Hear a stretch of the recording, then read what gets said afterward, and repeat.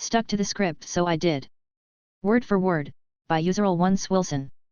I, 18F, worked at a call center for about 3 months, mostly helping people reset passwords and answer basic questions. During training, they told us to sound natural and conversational cool. I did that and got great feedback from callers. Then we got a new supervisor who flipped if we didn't read the script exactly as written. She said, if you deviate even slightly, you'll be written up. Next call, a guy says, hey, my account's locked, can you help me real quick? I respond, robot mode. Hello, thank you for calling. My name is Name, and I hope you're having a wonderful day. How may I assist you with your technical concern today?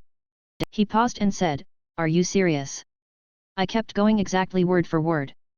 Even the weird fake empathy lines like, I completely understand how frustrating this unique situation must feel. Mid-call, my supervisor walked by, and actually stopped to listen. She tilted her head, looked confused, and asked after the call. Why were you talking like that? I just said. You told me to stick to the script. She didn't have a comeback. And funnily enough, the next day, she told our team. Okay, just make sure you cover the key points. You can be natural again. You need to message me when finished with a client before going to the next one. As you wish, by user Jason.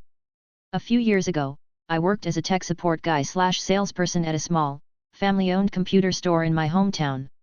It wasn't a franchise, just a local shop. The owner?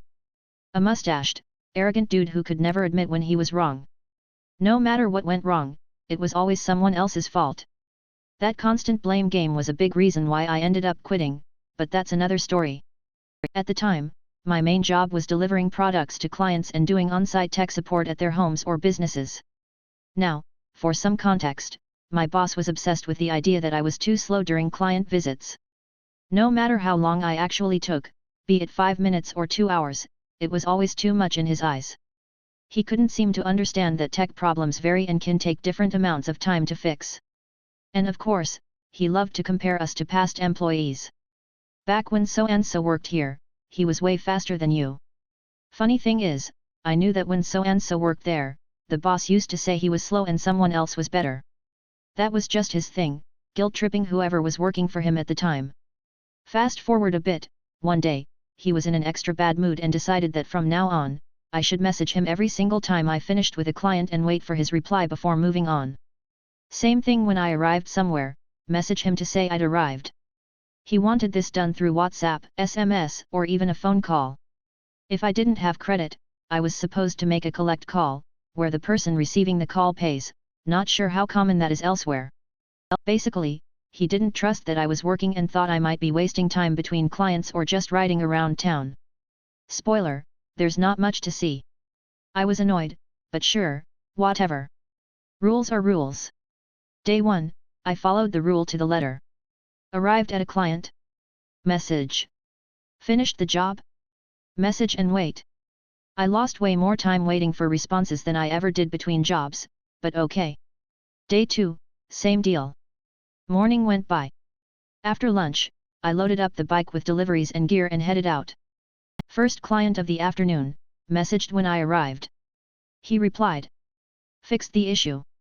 It didn't even take 30 minutes, so I messaged when finished. No response. Waited 5 minutes. Nothing. Called him. No answer. Waited another 5 minutes. Still nothing. So I sat down on the curb, under a tree, and waited. Watched some videos, scrolled through Facebook, chatted with friends. And I waited. And waited. Almost 3 hours passed. I just sat there, doing nothing, waiting on the guy who demanded that I never move on without his go-ahead. Eventually, my phone rang. Boss, where are you? Me, still at client X's place. Boss, still? He was the first one this afternoon. The day's almost over. Just go back here. Me, on my way back now. I got back to the store and was greeted by him practically foaming at the mouth. Why the hell did you take so long? You're so slow. I looked him straight in the eye. I was following your rule. You told me to notify you every time I finished a client and wait for your reply before moving on. You didn't respond, so I waited. I'd never go against your orders. He froze. Just stared at me. He didn't know what to say. Then he tried to backpedal. Well, you should use common sense. If I didn't answer, it's because I was busy. Turns out he'd spent the whole afternoon dealing with contractors and problems at his house renovation, and just completely forgot he'd given me that rule. Needless to say, that rule was never mentioned again. I went back to the old way of doing things.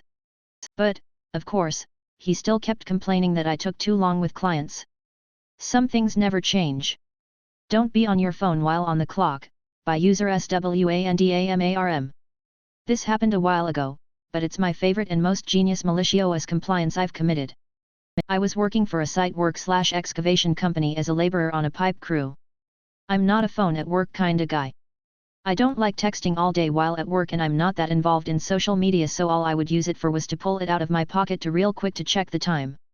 Foreman I was working with said I can't be on my phone while on the clock. I told him I'm not on my phone, I'm just looking at the time. He responded that if I wanted to look at the time to get a watch. I went to like 5 pawn shops until I saw a relatively cheap pocket watch and bought the shit out of it. Next workday I overly exaggerated my efforts to look at the time, making it look like I was trying to hide phone use. Of course my foreman jumped right down my throat. I told you no phone even to check the time. It's not my phone, it's my new pocket watch, I said with a shit-eating grin. He seethed as he walked away. Never bothered me about anything else, and I went back to my usual crew shortly after, and it was no longer an issue. Just scrub harder, by user SL1 McCore. This happened years ago when I worked as dishwasher/semi-janitor for a bakery. Essentially my job description was just to clean. One day someone spilled raspberry filling all over the wall underneath the hand washing station. My boss asked me to scrape off the excess and sanitize, so I did that.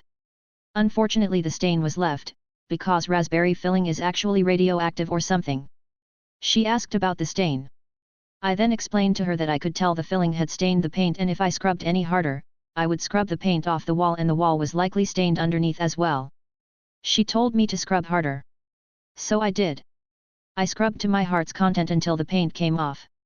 Then I scrubbed the wall underneath for good measure.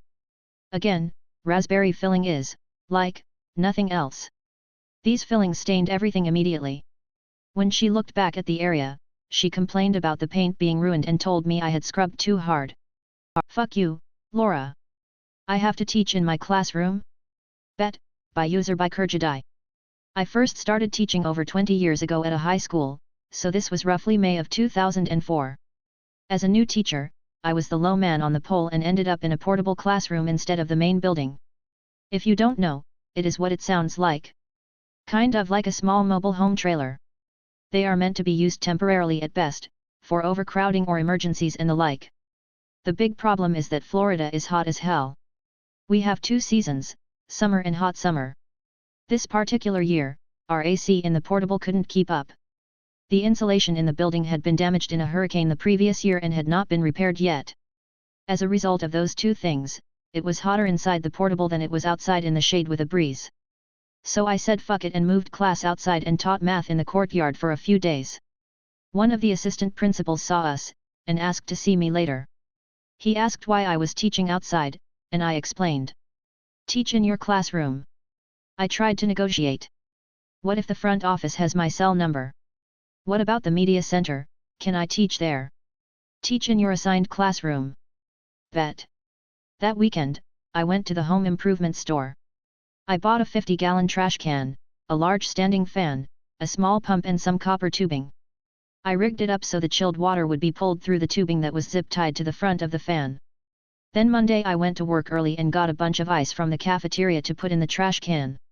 I filled the cooler with water and dumped that in there with the ice. I now had enough ice water to make cool air. When the kids showed up for first period, we had some air. It wasn't as good as a real air conditioner, but it helped. The kids thought I was a mad scientist, and that actually made me think about switching subjects to science later. No kids, I am not a mad scientist, just basic thermodynamics here. By third period kids are telling each other about it. We went that way for about a week and a half before it ended. I got called into the office. Why am I getting phone calls from parents about some science experiment in your math class, Mr. Cobb? It seems some of the kids had been talking about my DIY solution at home. It's a homemade air conditioner, I told you ours was crappy. You didn't want to address the situation, so I did. I was told to disassemble it, and by some miracle, I had a newer AC unit in my portable the next day. The principal was pissed I made the school look bad and she non-renewed my contract at the end of the year, so I had to find a new school. My son goes to that high school now. Those same portables are still in use.